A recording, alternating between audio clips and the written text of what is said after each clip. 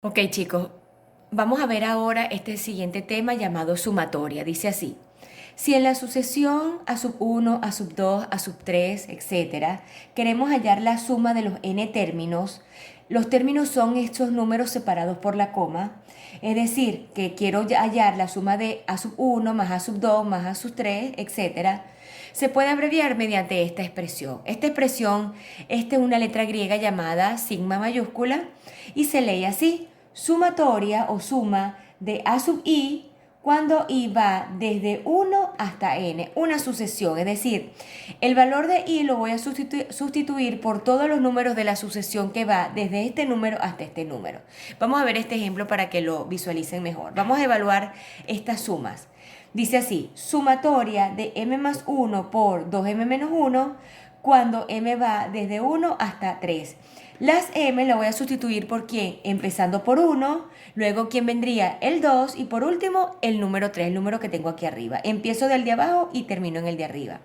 Entonces va a ser igual. Sustituyo 1 más 1 que multiplica a 2 por 1 menos 1, más una sumatoria. Siguiente término. Ahora 2 por, el otro valor de m es 2, 2 por 2. Perdón, aquí 2 más 1, 1 por 2 menos 1. Y el último término sería ¿quién? El 3. Sería entonces 3 más 1 que multiplica a 2 por 3 menos 1. ¿Qué hago ahora? Resuelvo. Entonces digo 1 más 1 son 2. Este paréntesis está multiplicando ¿a quién? 2 por 1, 2, 2 menos 1, 1, 2 por 1. Aquí está. Más, resuelvo 2 más 1, 3.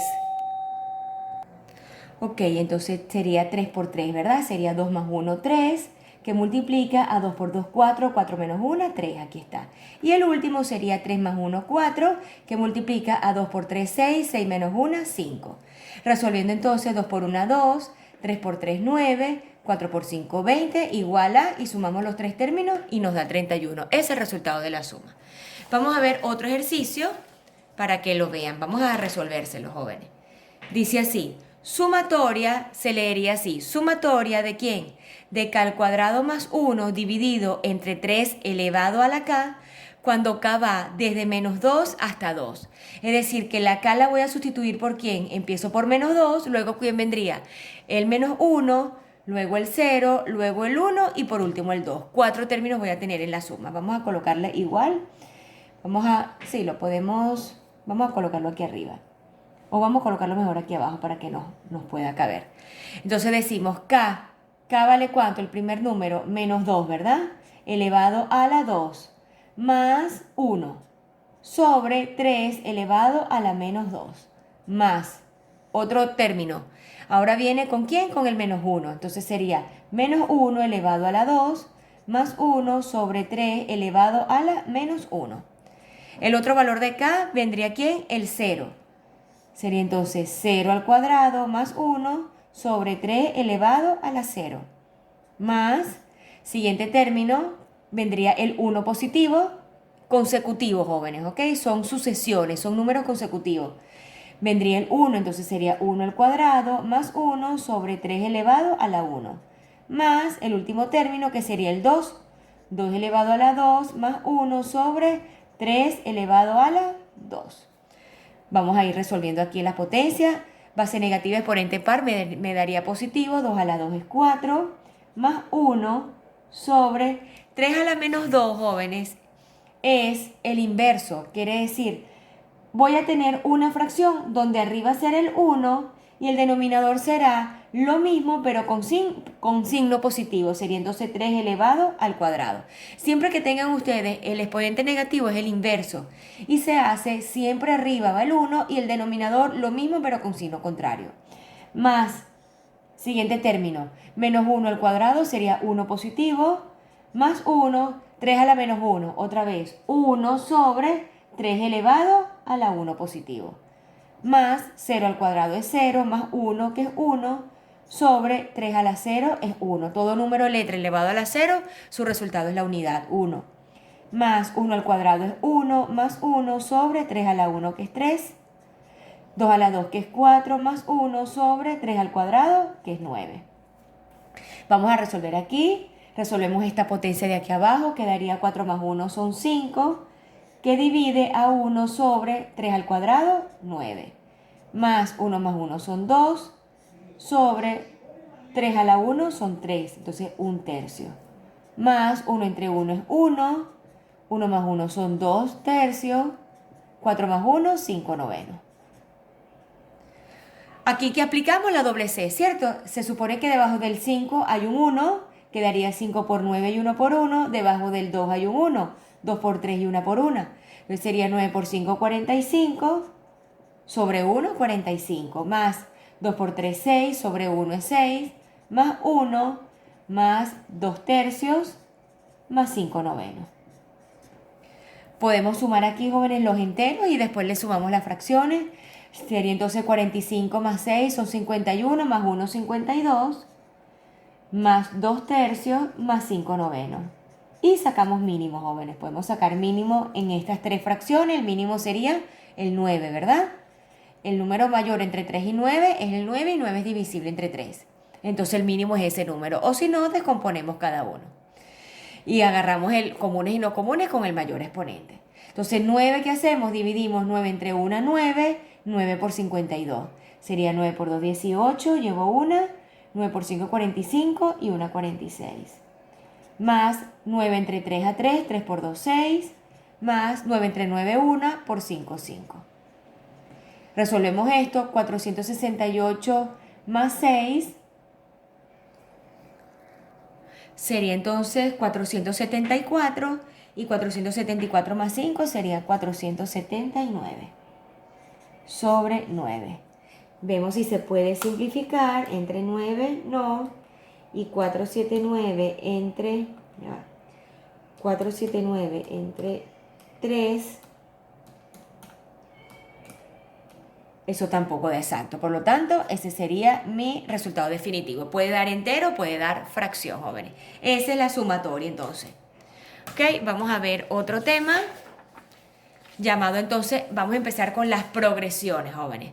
Son dos tipos de progresiones. Vamos a ver la progresión aritmética, donde su abreviatura es PA, y la progresión geométrica. Primero empezamos con la aritmética. Dice así: una progresión aritmética es una sucesión de números reales, tales que a partir del primer término se obtiene sumando algebraicamente al anterior una cantidad constante llamada razón de la progresión. Y vamos a usar, jóvenes, esta siguiente denotación que dice así: A sub 1 viene dado por ¿quién? Por el primer término. A sub n viene dado por el último término. N va a ser el número de términos y R va a ser la razón.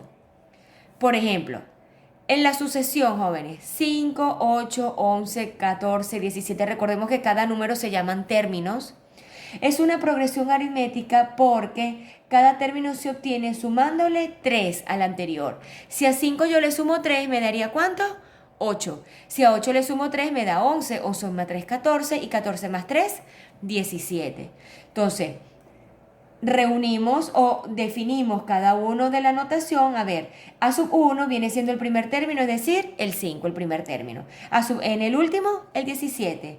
N, la cantidad de términos, que sería 3, 4 y 5, y la n siempre viene expresada, jóvenes, en un número entero positivo. ¿Por qué? Porque es la cantidad de algo. Yo no puedo tener una progresión con la cantidad de términos de menos 5, no existe, ¿verdad? La cantidad de términos debe ser este número en un entero positivo.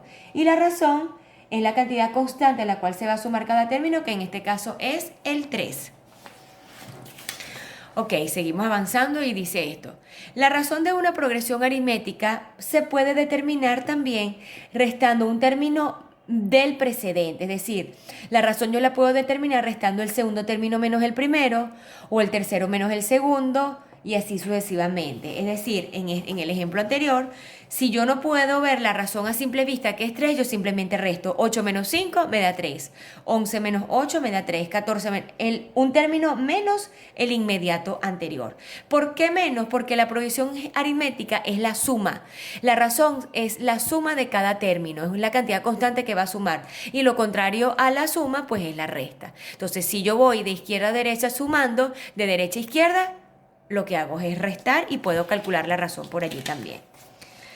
A ver, seguimos hablando de la razón. La razón puede ser cualquier número real menos el 0. Claro, porque si el 0 es la razón, ¿qué voy a sumar si es 0? Nada, ¿verdad? Nada se me está incrementando. Cuando la razón es positiva, la progresión es creciente, va de un número menor a un número mayor. Pero cuando la razón es negativa, pues la progresión va en forma decreciente, de un número mayor a un número menor. Por ejemplo, aquí, jóvenes, en esta primera progresión dice 3, 5, 7 y 9.